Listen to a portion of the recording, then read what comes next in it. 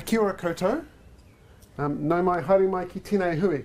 This is a very exciting day for us. This is our first live streamed Optimize workshop. So thank you for coming along. And my name's Stephen Wainwright. I'm the Chief Executive of Creative New Zealand. We've got a live audience here in Wellington and a massive national audience online. And of course, online is one of the areas that we're all interested in, because we know that how people are engaging with the work of the arts online is no longer a discretionary or a nice to have. It's actually pivotal to the success of the arts, and even more so. We did a bit of research in 2008 which told us that at that point, this was in New Zealanders in the Arts, which I know you're familiar with, 29% of people purchased a ticket to an arts event online. By 2011 that had grown to 39%, and if I was a betting person, I would say by 2014 it'll be up at least another 10%, so that goes to prove the point. What this is really about is benchmarking, which is great because it enables us to track progress both against what we do ourselves and in terms of the industry as a whole over time. So I'd like you from the arts sector to thank you for trusting us with your data. It enables us to take a look under the bonnet and to share what we find in that process with you so we can all benefit from it.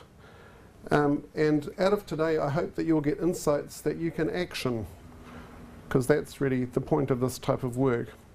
I'd like to introduce our beloved colleagues, Vicki Allpress Hill from Audience Connection, who many of you know, and of course Tim Roberts from Arts Australia, and welcome to all of you again for coming along. Kia ora.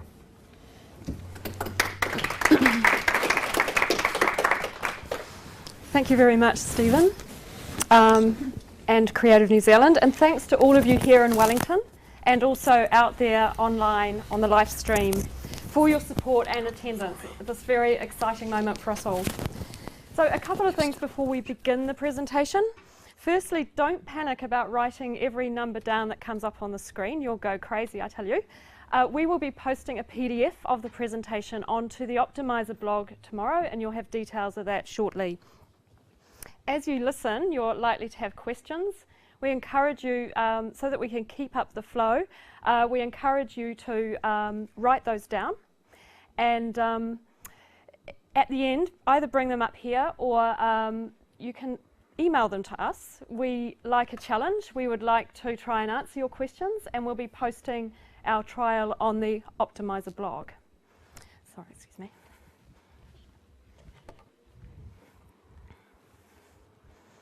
So today we'll report our discoveries from the first year pilot of our Optimiser online marketing benchmarking initiative. We'll share top level metrics that we have been able to collate over the year across the 38 participants in the pilot. As you're about to see, the data set has given us some answers and is a good body of data to keep building and explore further. We wanted first to know what we could find out from what already exists. Lauren Whitney from the New Zealand International Comedy Festival has articulated here the importance of this initiative. It doesn't look like Lauren. It's not Lauren, it's the Comedy Festival branding. So Optimiser came about after years of fielding questions, Tim and I, both of us, about online metrics. People would ask us, what are others seeing? Is this a good rate of growth? What is a reasonable target to set? Am I normal? We got. The aha moment for me was when I was teaching a workshop one day about online marketing, and I put up some benchmarks. I think it was bounce rate, website bounce rate at the time. And the flurry of writing activity amongst the participants made me realise how desperate New Zealand arts managers were for comparative and locally meaningful data, so they could set targets and identify gaps. We asked ourselves, just imagine if all organisations in the New Zealand arts sector shared access to their analytics for their online channels and compared and contrasted these results. That was the vision, and this was how Optimiser was born. So the purpose of Optimiser is to collect online marketing data for the arts sector, develop benchmarks, allowing arts marketers to compare their results against other similar New Zealand arts organisations for the first time. This had never happened before. So the project team is myself, Vicki Allpress Hill, and my colleague Tim Roberts, as you've heard. So, my apologies. We were fortunate to get 38 participants who agreed to take part in the pilot and open access to their analytics. So we're talking their website analytics, their Facebook insights, YouTube, Twitter, and email analytics. We were really pleased at the range of genres that took part. The only one a little bit missing was dance, so we're hoping to address that in the coming year by getting another dance genre involved as a participant. We also got a range of size of organisations, a good range of size. And we also got a range of locations of organisations, so across the major metropolitan areas and some of the regional centres as well. So the process, this was quite a process. So it all started with recruitment of participants.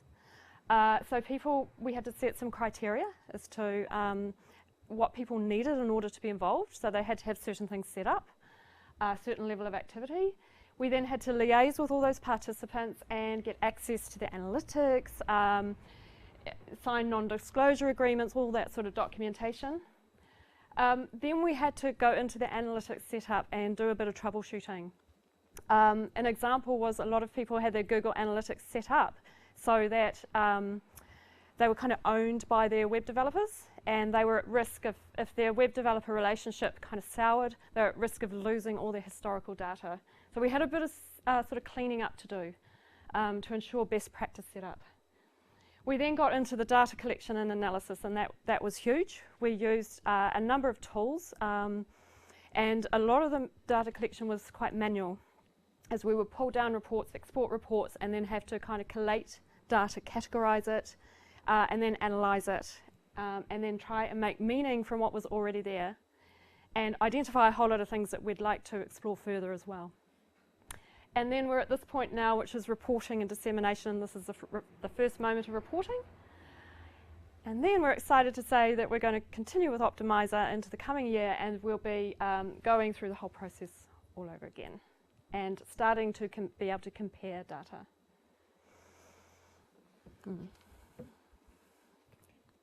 Thanks. So why are we excited by what we've got so far? So a couple of things. One, we've got a whole body of data now. So we've got, in some cases, back to 2007 in data, but we've got a year of solid data now that we can count on, and we can start adding to further and go back and analysing further. So we've categorised it, we've standardised it, we've analysed it, and we've interpreted it, and we've also now got it stored and able to add to it further. It's led to a confirmation of a variety of emerging trends. It's also created a greater awareness amongst the industry of the potential of analytics. So some of the people we're talking to, seeing some of the things they can actually be looking at. And that's one of the things you want to look at further as far as helping people explore some of the things.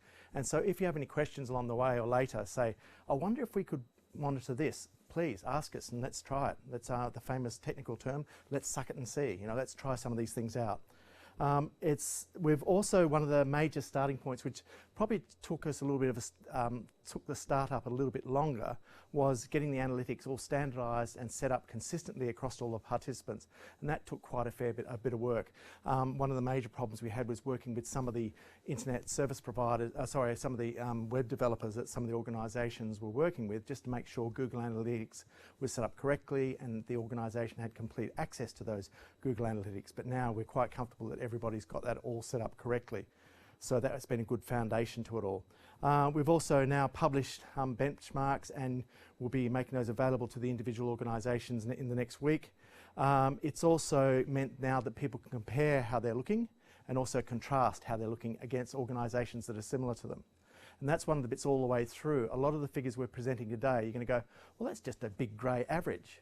Well, yes, some of these figures here presented today are averages or means, But what we want to do afterwards is say, well, actually, we'd like to compare similar organisations to us, whether it's on regional tours or a similar organisation from 1 to 20 participants, sorry, 1 to 20 FTEs.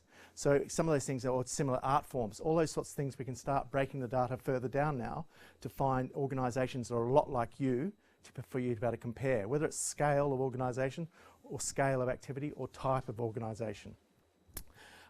Then it's also led to a variety of new conversations and some collaborations. Of note has been the work with ticketing companies. One ticketing software provider, Patron Base, we've worked with them to be able to get Google Analytics doing cross-domain tracking. So therefore you can see what happens when a person leaves your website and goes and makes a transaction on an external website. And so therefore you can monitor some of the things and we can get a dollar value and a number of tickets that people actually bought. So you can say in future, the hope is that we'll be able to say, okay, this email reached this many people and it resulted in selling this many tickets of this value. So that's the sort of thing that we're hoping to get towards.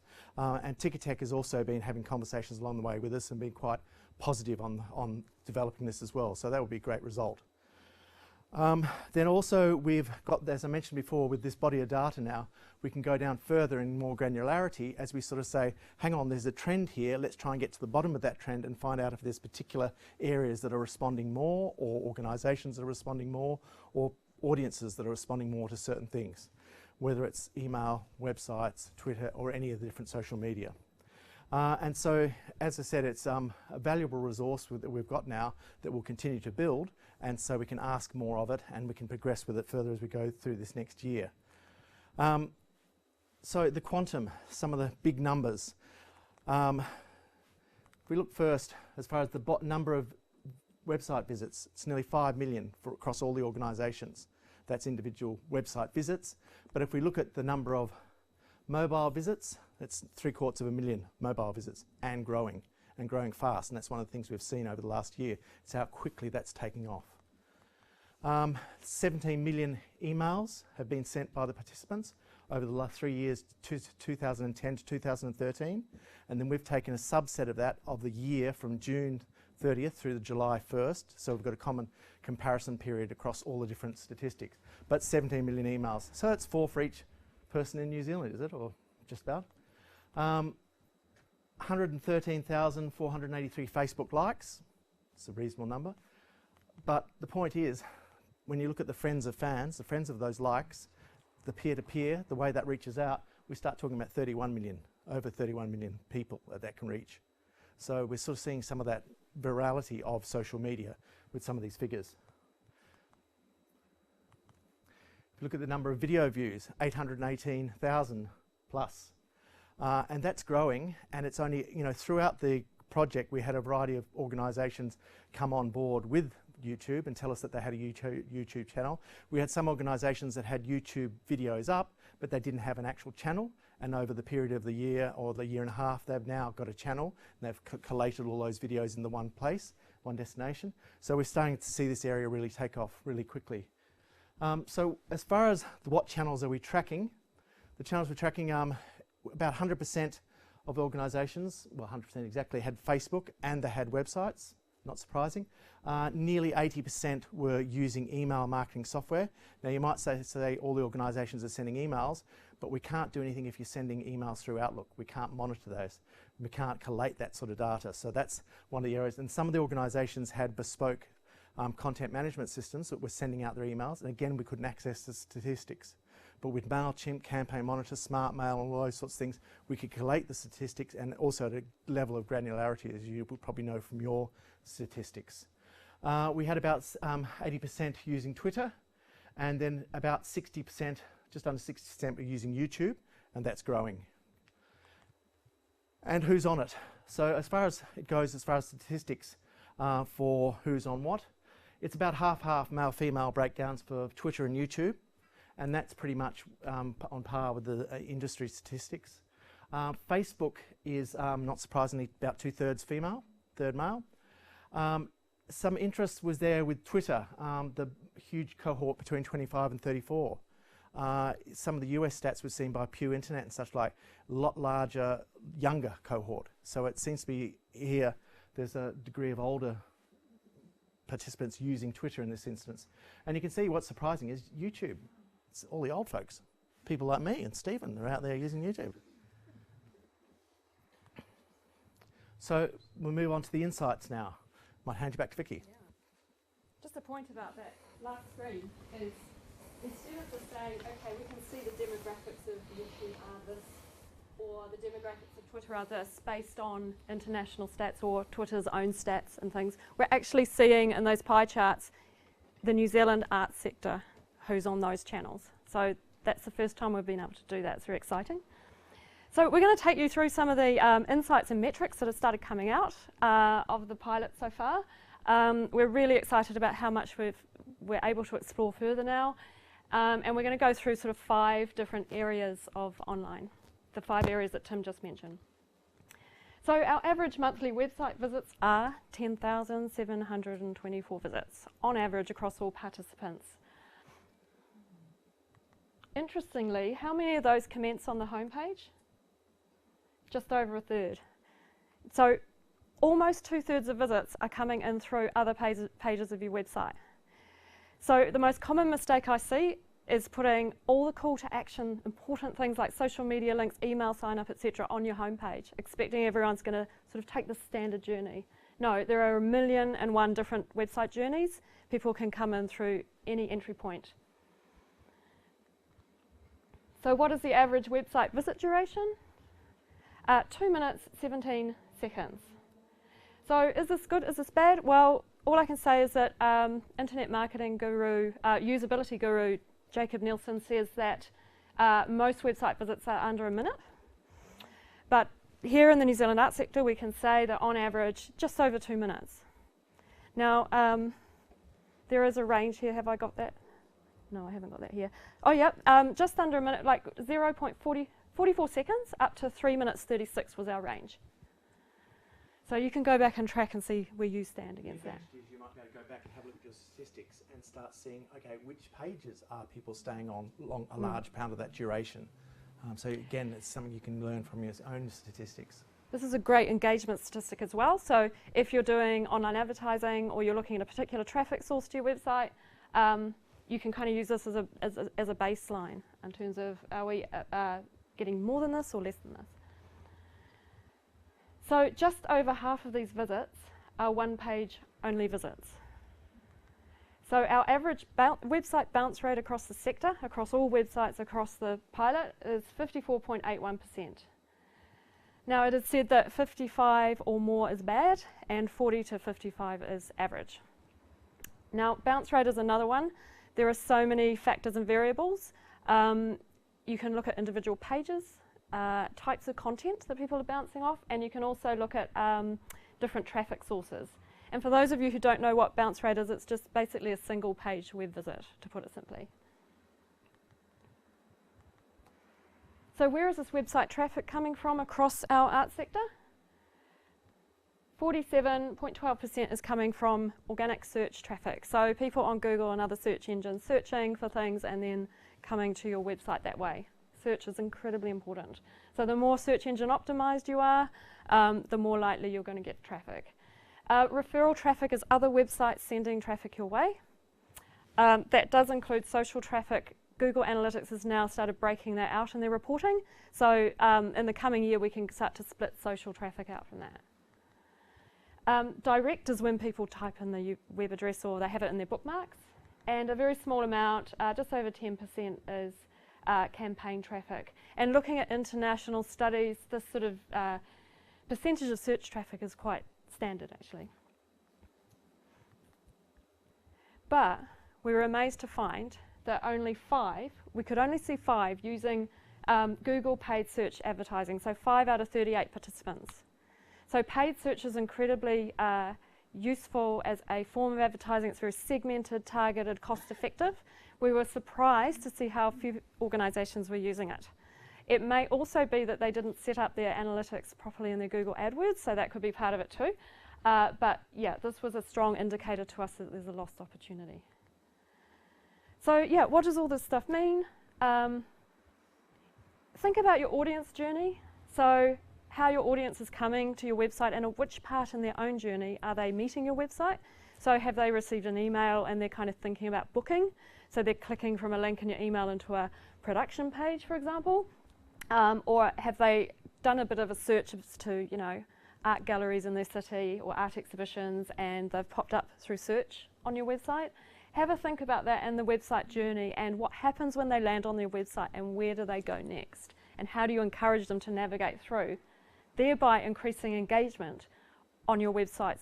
And the longer people stay on your websites, the more they explore, the more likely they are to convert to what you want them to convert into. So whether it's a donor, a ticket buyer, an email sign up, a social media sign up, think about that all the time, and have a look at your engagement levels against those benchmarks and others that we'll publish in the coming weeks and months, and just have a look at where you stand against that.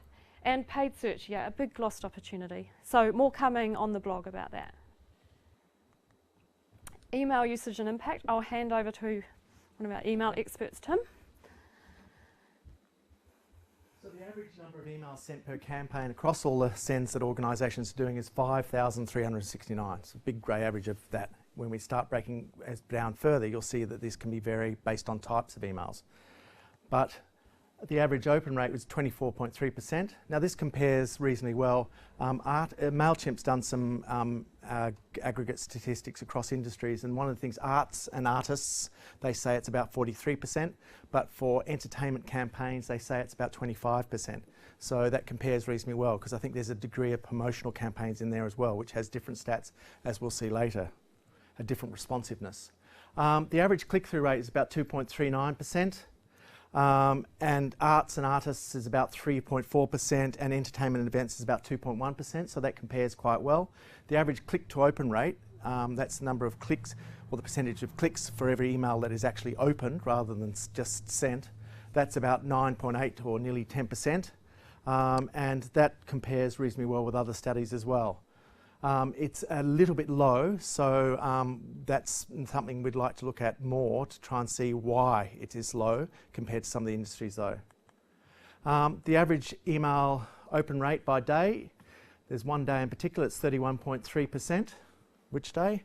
Sundays. What's that about? Look at the volumes. Guess what? People are sending emails Monday to Friday, 9 till 5. Because that's when they're at work. But every email marketing software I know can be scheduled. Shouldn't it be scheduled to best effect? 27% of the week is down here on Saturdays and Sundays. Do people not look at entertainment and leisure on weekends? I don't think so. So I think this is a great opportunity we're missing. I think there's something that can be done there, or at least let's experiment, because the whole thing about email marketing is it's all measurable. So we can see if it works or not. And you can all call me a liar because you said, no, I proved it's wrong. But let's try and see it, and let's see what the response. Interesting thing is that the highest open rate, sorry, that point there before, sorry, I'll just go back. Do you know where that open rate's gone? Further on, okay, fine. There's a point further on, carry on. And the highest open rate per region is 37.15%, and the highest click-to-open rate by region is 14.88%. Where's that? It'd have to be Wellington, wouldn't it? We're in Wellington. Yeah. Yay, Wellington. So, but looking at this thing, this weekends again, let's look at this weekend and weekday issue. The open rate on average on weekends is 27.66%. On weekdays, it's 24% or so. But on the click-to-open rate average on weekends is 7.3%, but on weekdays, there's a higher opening rate. So it may be more being opened, but there's less being clicked through. So again, there's something to experiment with there, and let's see what and why this is happening. If we look at the different types of campaigns, we broke down to 4 different types of campaigns. Newsletters, and one thing a colleague of ours, Roger Thomas, says, what is it about newsletters that people don't understand? Newsletters are meant to have news. That's why we broke down newsletters compared to promotion. Because when we look through the different types of emails, there's a lot of emails that are just like, help, this show's not selling, can you please buy a ticket? That's what I sort of call promotion. So we're looking at promotion, which was specifically aimed at selling tickets for a show or event. And then newsletters were based about news. And then the service category came down to things like information about parking, first-time attender schemes and those sorts of things as far as providing service ancillary or ancillary to the purpose of attending the event. And then the other category was surveys. And if we look at surveys, quite a high open rate there at 31% and high click-through rate. Whereas service had a high open rate and a lower click-through rate, but they may be purely informational, so there may not be a click-through or call to action on those.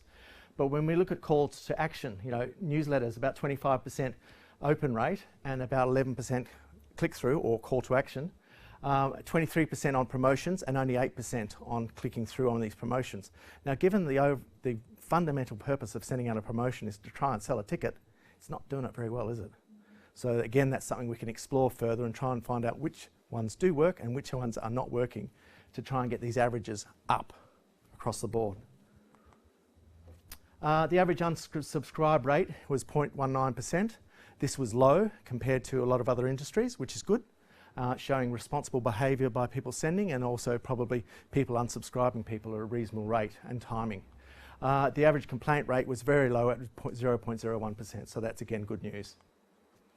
And whether Google Analytics was integrated with email marketing systems, about a third weren't, but 2/3 were, which is good because there's a lot more power that, in the analytics that you can get as a result of that. So what does this mean? There's different responsiveness to different types of emails, as you will know from the emails you send. Experimenting by time of day and hour may be an opportunity. And that's one of the things we want to look at next, is trying to say, okay, let's start looking at what times of day are the best times to send. You can probably have some favourites. You know, I like 10:10 on a Tuesday, you know, because I sort of think, oh, well, people got to work. Mondays are too busy. Tuesdays, they've had their cup of coffee and they just got through the morning rush in the email box. Boom. And the reason I have that gut feel is I've tried it over time to compare it to Thursdays and to compare it at 5 o'clock in the afternoon, or those famous emails you get at 5:30 on a Friday afternoon. Who forgot to send that email out? General lack of experimentation. Guys, suck it and see, try it. You know, I'm going to say it's also measurable. There's got to be more experimentation so people could say, no, that doesn't work. I'd love someone to argue with you and say, no, we've tried that, doesn't work. You know, because there's a lack of that happening at the moment. And the potential of monitoring return on investment with cross-domain tracking via Google Analytics. That has great potential, as I mentioned before, about giving us an idea of what emails, what paths people are taking through websites and emails, what's causing a result of a dollar value of a ticket purchase and the number of tickets purchased. It would be a really good way of quantifying that return on investment. I'll hand you back to Vicki. Every time I want to publish an Optimiser blog post, Tim says, no, you have to wait till Tuesday, 10:10. So social media has grown massively. So in the last year that we looked at, Facebook likes numbers have gone up by 69%, a massive 69%, and Twitter followers by 81%. That's a massive growth. So if you didn't yet think that social media was strategically important, it's time to change your thinking. So the average number of Facebook likes per page, 3,117. So this was just over 1,800 a year ago. So that's pretty extraordinary. So we've now got 3 of the participants are over 10,000 likes, and 29 are over 1,000 likes now, which is pretty exciting to see. So it's really growing. We're getting some substantial communities, and a bit like the rich get richer, the larger Facebook communities get larger just because of the momentum that starts to build. But on Facebook, it's not just about the likes, it's about who we can reach. So the average number of friends per like is 277. So that means that every like you have on your Facebook page has, on average, 277 friends. The highest overall the participants had, on average, 700 plus friends per like. Which organisation was that? Toi Māori. Big community there. So this is looking at other studies around this number, 270, 280 is kind of normal. I read something in the Daily Mail about a month ago that said that apparently of your 277 friends, about 10% of people you actually are friends with and you actually like. So that's interesting, isn't it? Something we could explore further. And we also want to know how engaged there are. So Facebook Insights is brilliant. It's bringing out more and more engagement stats. But what we did look at, we picked a random week and we looked at the talking about this rate, which is a percentage of your Facebook likes who created a story around your content. They liked it, they commented on it, they shared it, they responded to something related to it. And the average was 7.07%, which seems quite high compared to other statistics that I'm sort of seeing, which range from about 3 to 6%. So other studies I've seen. So we've obviously got a fairly engaged following, but obviously each of you have to look at it individually in the context of what's going on at the time. So there are certain times when more of your Facebook friends will be talking a lot about your content because you have a big event on or something. But the key is trying to keep it consistent over time. So I'm going to hand over to Tim for Twitter. That's a high number of tweets. So 11,500 tweets generated over the 2012-2013 year.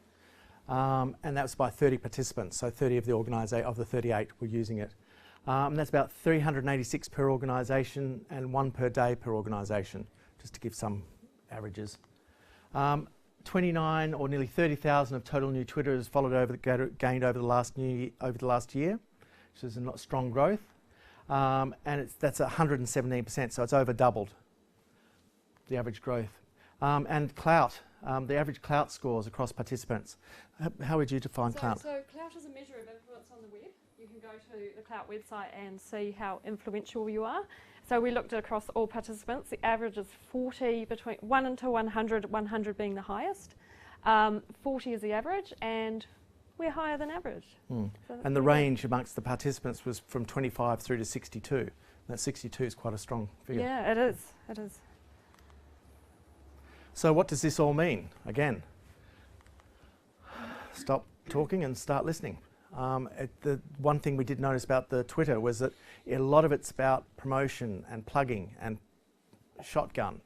It's meant to be a direct medium, and a lot of it is still say, come and see our show, please.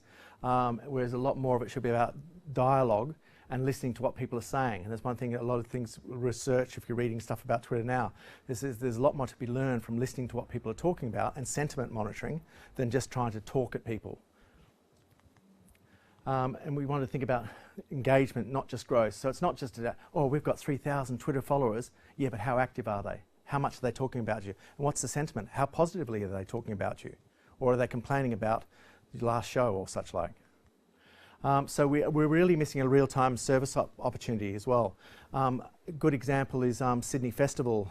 Their marketing manager used to sit there when they opened the season, the festival subscriptions and the first day of sales, and she'd sit in the box office on Twitter, answering people's questions, queries, problems, whatever.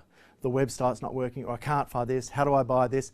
Any of those sorts of things. So it's a real-time service opportunity that could be used more, that dialogue and listening to what people are saying and answering people's questions. Think about the last time your organisation, I'm not going to name anybody in particular, but the last time someone answered a question and answered a question soon after that question came in. It really needs to be real-time. So there's a lack of dialogue, and it's an emphasis on promotional push. It's time for more dialogue in that media. We've all experimented it, we've all played with it. It's been the emperor's new clothes for a period of time. Okay, now let's take it to the next stage, and let's get more mature in our usage of some of these tools. I'll hand you back to Vicki for mobile. One other thing I'd like to say about Facebook and your friends of fans is that they are directly contactable through Facebook advertising.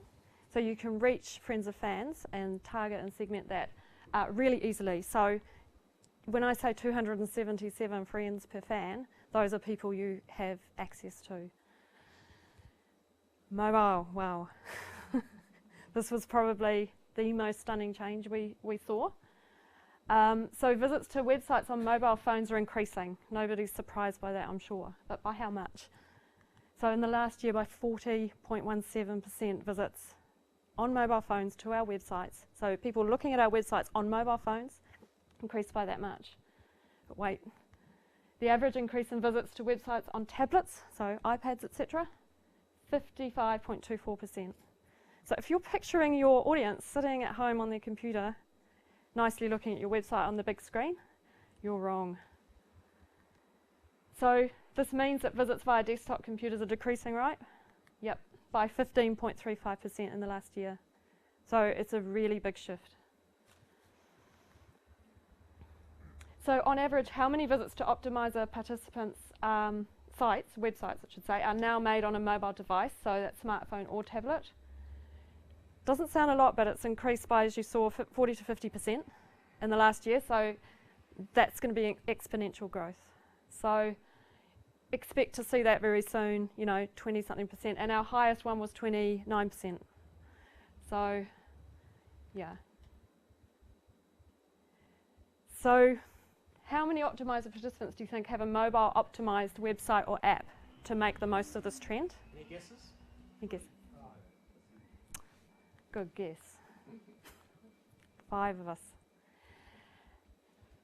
How many people are currently, or since the middle of this year, have started to develop a mobile optimized website or app? You guys? You have? Chamber of Music New Zealand? Yep. So there's a few, I can see it happening, but it's really not happening fast enough. So how is this impacting engagement level? So we looked at the time on site before. So if you split them out, this average duration that we saw before, you split it out, 2.54 minutes is the average duration for website visits on desktop computers. So then that drops slightly on tablets, but tablets still have quite a bit of real estate on them. 1.46 minutes average duration for website visits on mobile phones, so it's having an impact. One question we want to ask is this because people go to websites on mobile phones, when they're on mobile phones they're in a different mode, or is it simply because the experience is so bad? So further investigation required. Yeah, and it's obvious that people are less likely to bounce when they visit websites on tablets than they are when they visit on mobile phones. So quite a lot to explore in there. We're looking forward to that bounce rate again. So what is the most common mobile or tablet device that people are using to visit New Zealand Arts Organisation websites? Any guesses? No. iPad. Yeah. By far the top device across all the participants. So what about visits to social media channels on mobile devices? Well, we've got some information on Facebook and YouTube so far.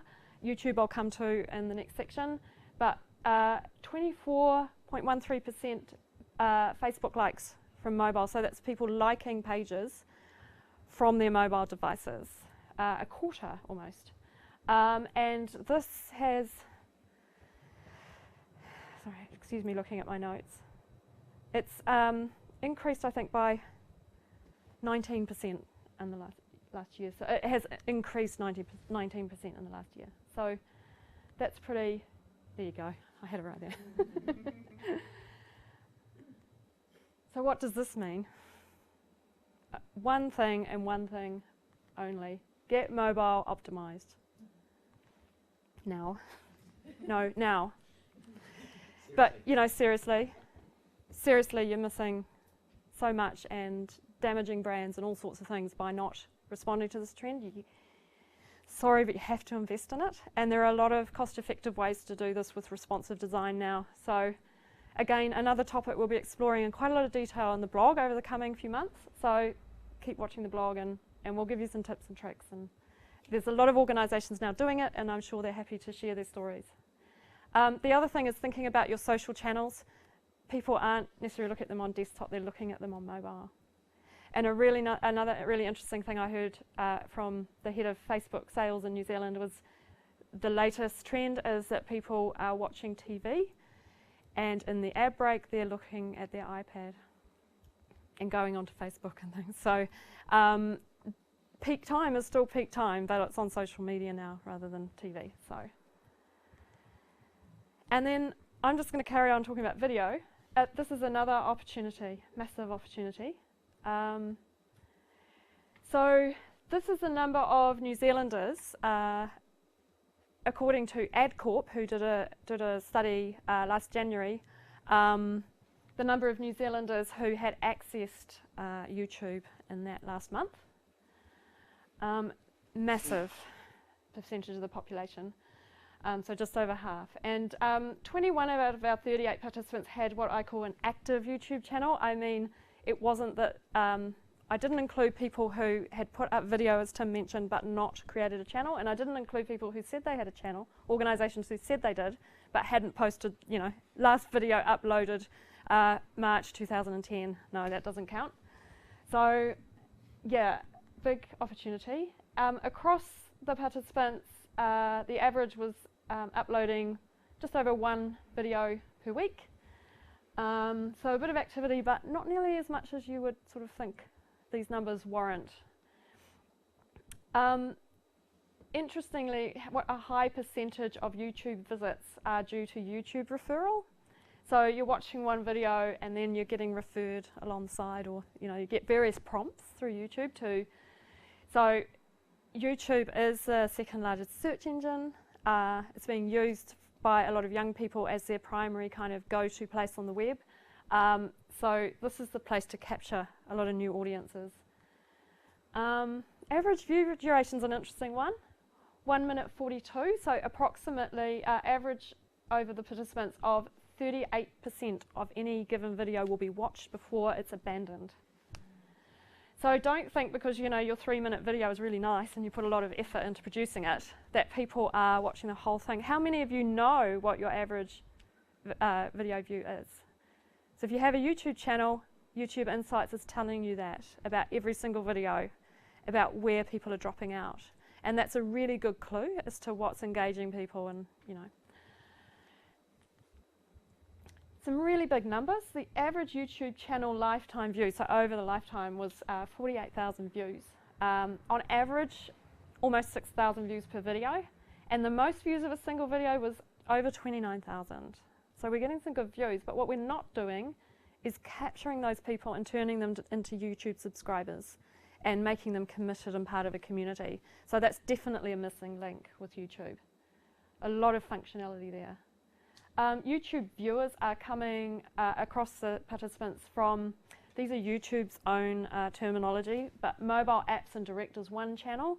So either they're on the mobile app or they're typing in direct the, or pasting in direct the link, or they're coming from that YouTube referral. So really, really important to think about mobile and to think about the YouTube functionality itself and meta tagging your, you know, putting in meta tags and keywords in your data around your videos. So almost 20% of YouTube video plays amongst the participants were on a mobile device. So there you go again, importance of mobile. So what does this mean?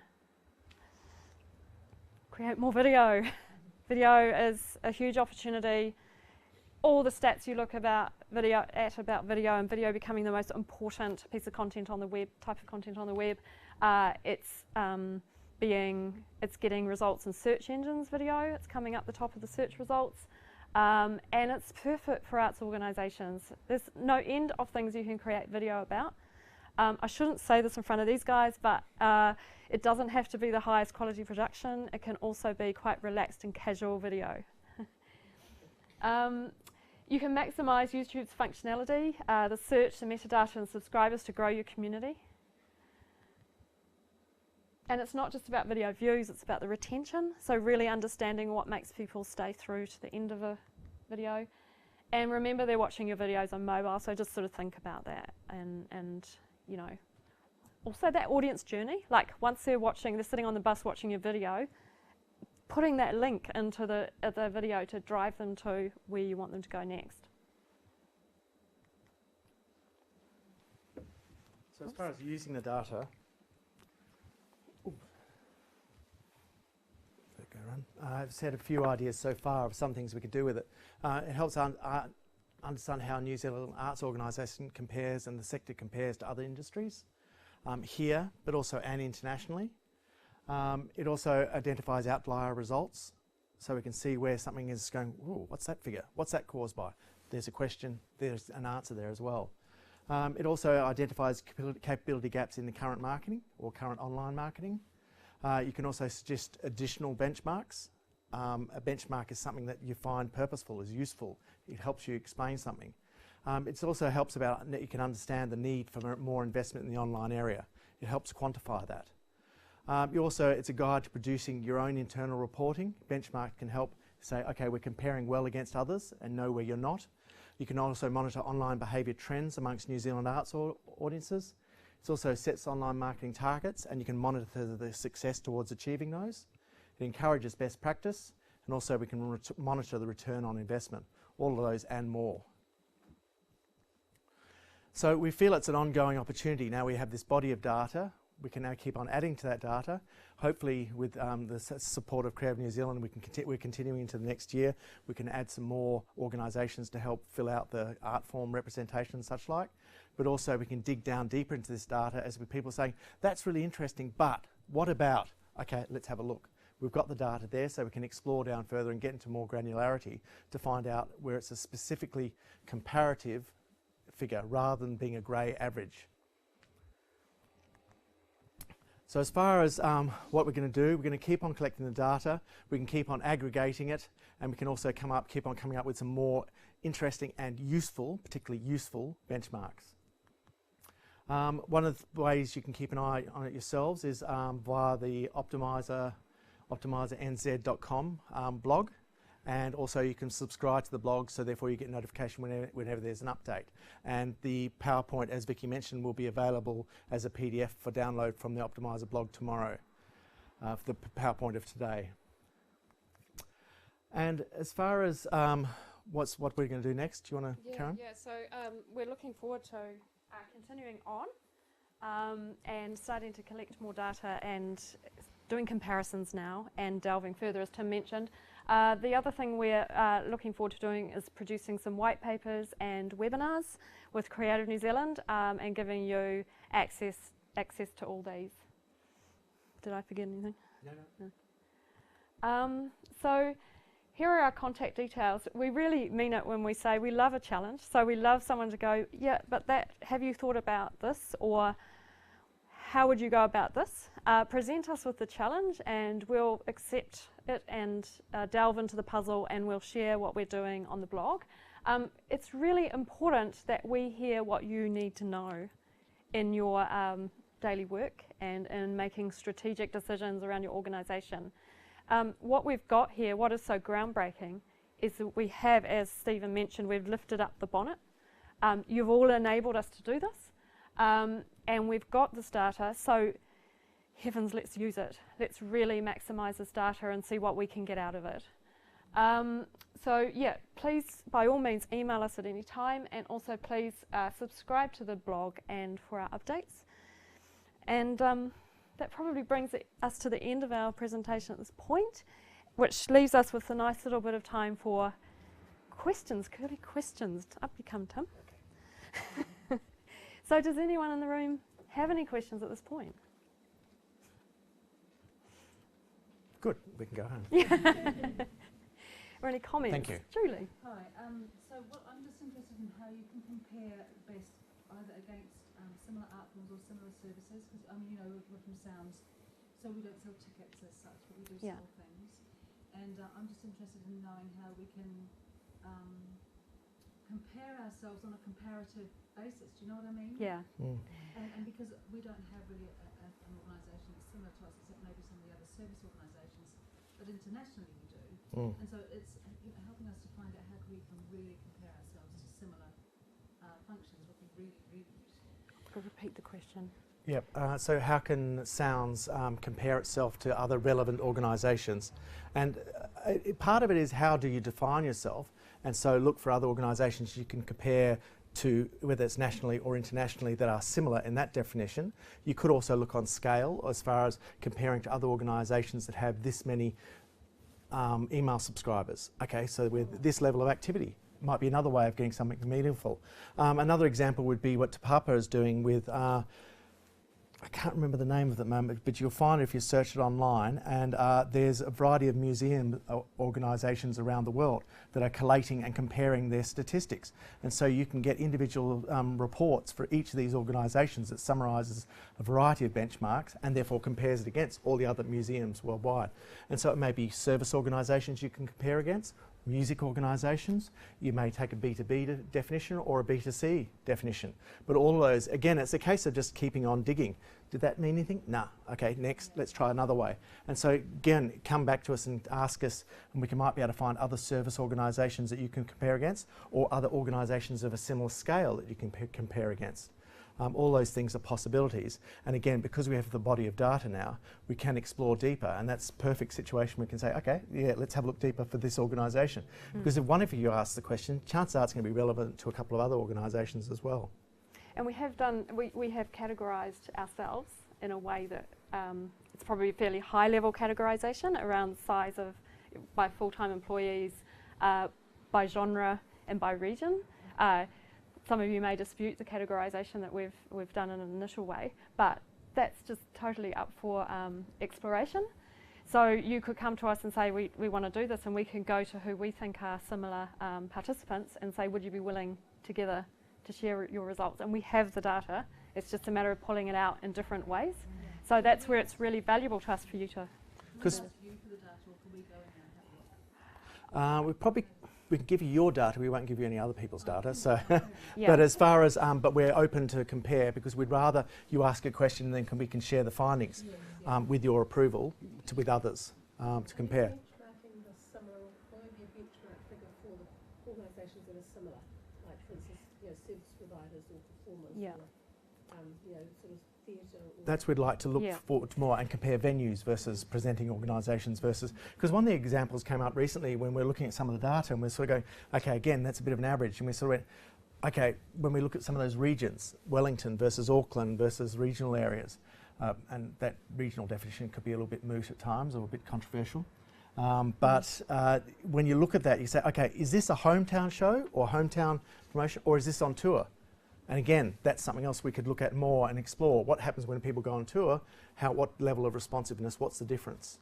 I think what's important to stress is that this data is live, real, accessible, and therefore anything we pull out is dynamic. So we haven't produced a printed report that's it.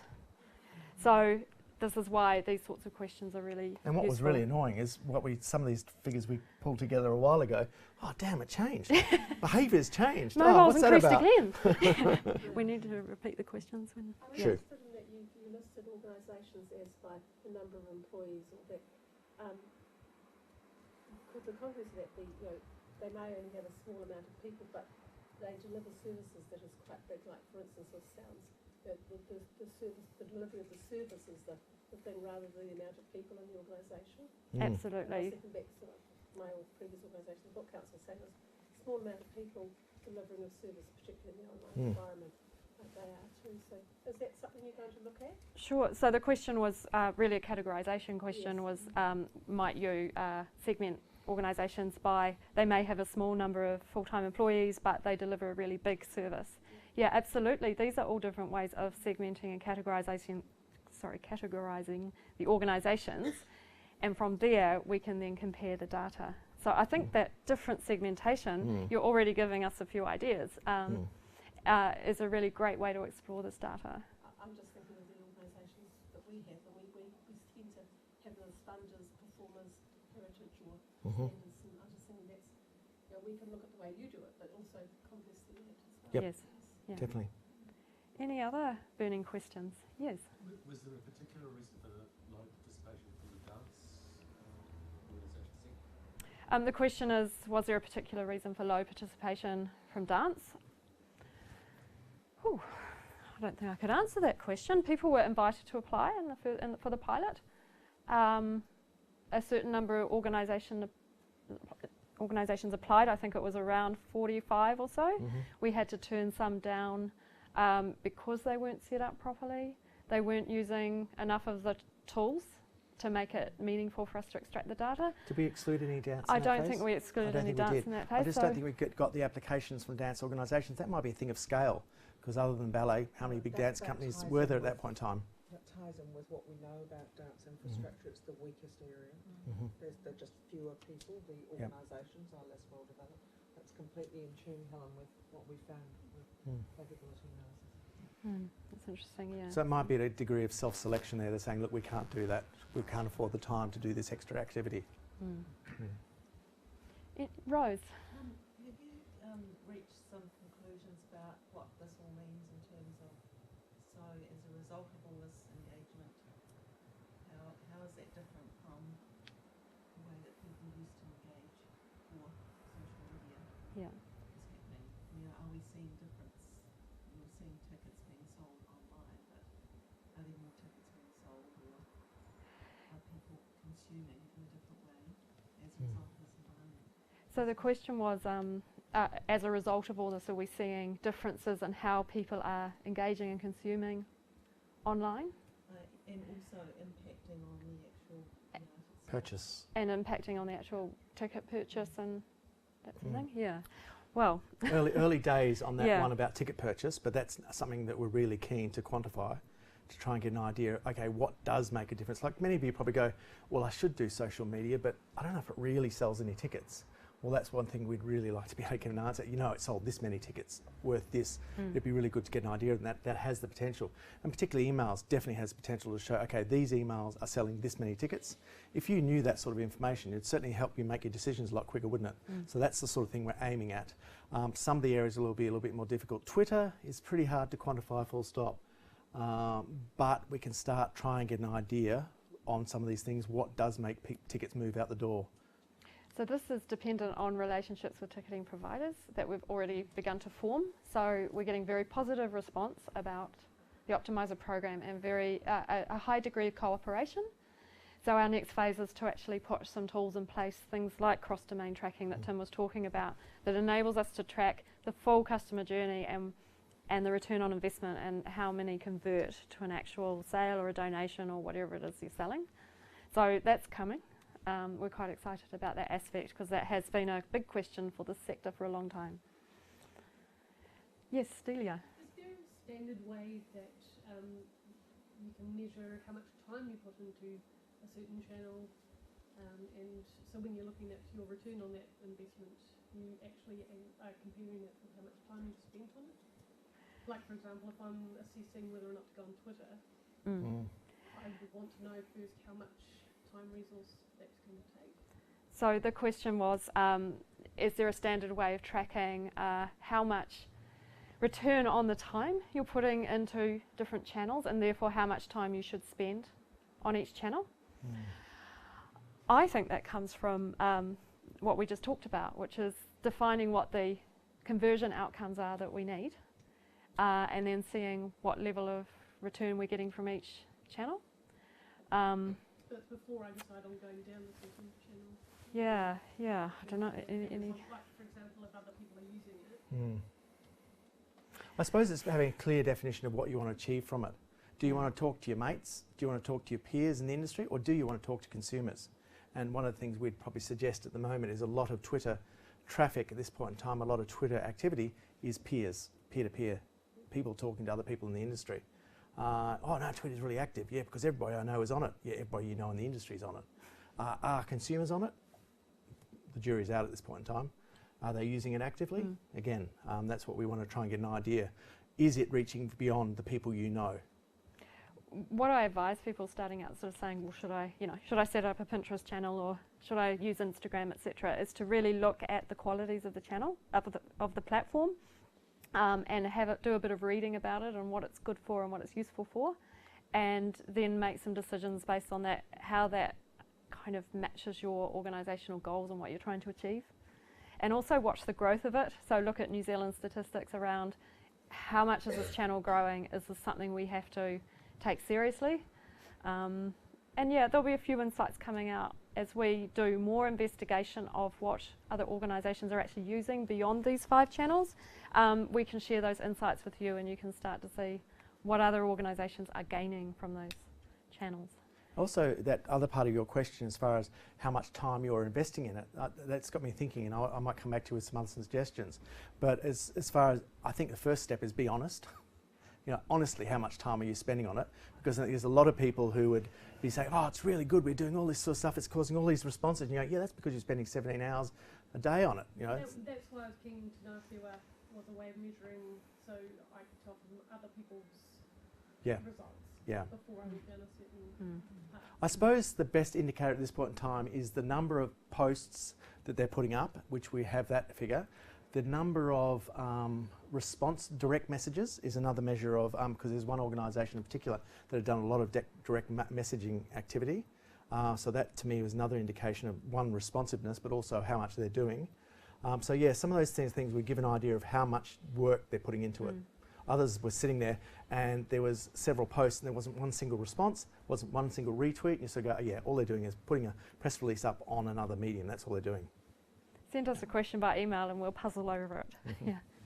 Was there a question over here, Victoria? Yeah, I just wanted to take it back to the cross-domain tracking again. Yeah. It's something that we're really interested in and really important for us to try and settle about it. So it was really exciting to hear that you guys have been getting a positive response from Yeah. the ticketing agencies. Yeah. I was just wondering what kind of timescale you had on that in terms of getting everybody on board, because there are quite a number of ticketing providers out there. Just for our own planning. Yeah. Well, yeah. Do you want to So talk as far as the question is, Yeah. with cross-domain tracking, what time frame are we looking at? Too long. Right, next. No, honestly, it'll take longer. It's taken longer than we would like, but Patron Base we've got up and running, so that's good, so that's positive. We've also gone one step further with Patron Base because Patron Base is a standalone ticketing system that's installed at a venue in most instances, and they can track their cross-domain tracking to their website, but we've also now in negotiation gone through the process with the developers of Patron Base that they're now set up that hirers of a venue can also track visits from their website to that transactional website at that venue. So that opening it up to hirers as well.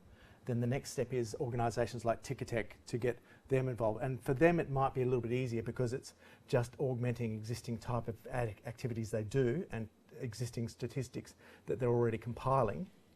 But it is a commercial entity, so it's hard for small arts organisations to argue the case, but they are being receptive to it at this stage.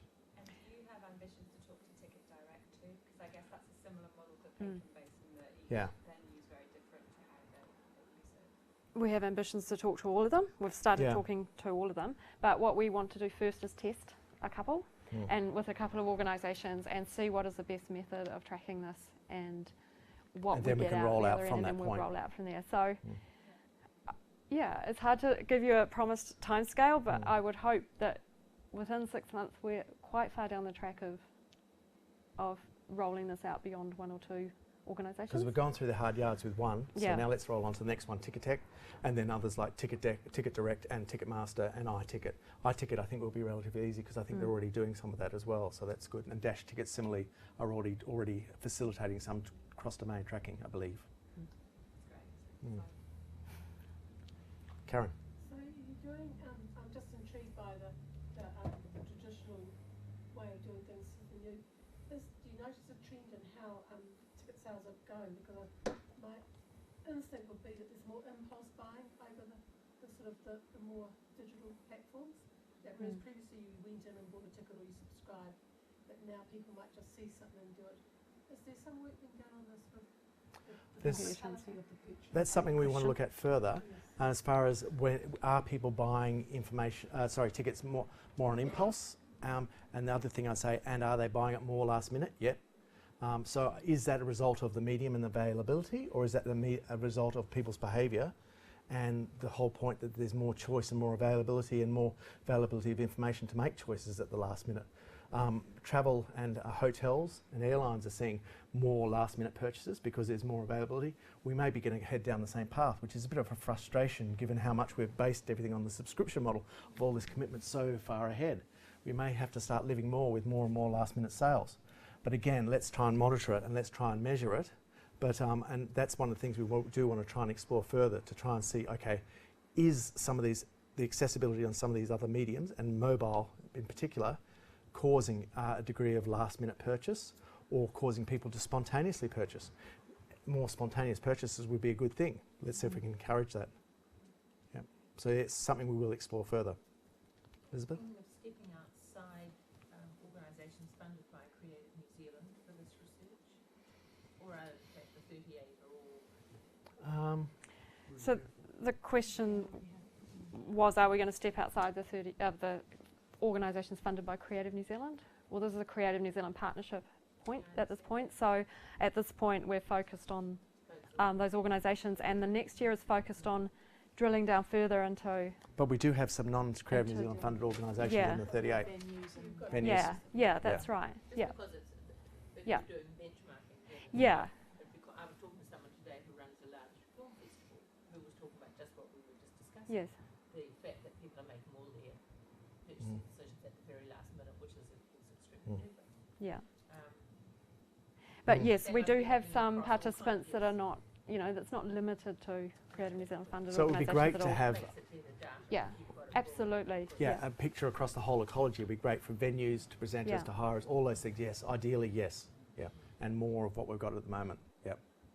I think that's very pertinent for dance Yes, because it's very diverse and Mhm. a huge proportion of it isn't in Yeah. CNZ's orbit. And some of the sectors, particularly the hip hop sector, have a very, very good use and have had a fairly long term use of digital media. mm. Facebook, Twitter, everything. Yes. Mm. So Yeah. it makes a very, very interesting Comparison, with yes, funded dance companies, for example. yes. But Okay. Oh, okay. We have to wrap. I'm sorry. Okay. Well, do you want to close up? Yeah, I'll close up. I just wanted to say, well, first of all, thank you to Tim, my fellow presenter and partner in all this. Tim's been fantastic. It's been a really exciting kind of project and a lot of discoveries.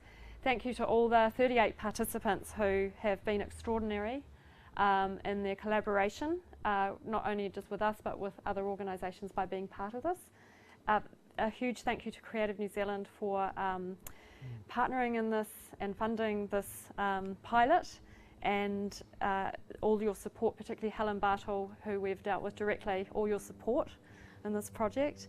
And for all of you who've taken time out to come here today, and all of you out there in internet land who have joined us today, thank you to you all.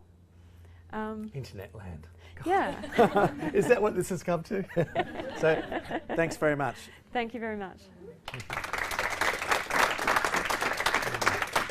Thank you, Tim and Vicki. Those of you who are able to stay behind, we're going to have a few drinks and so we'll be able to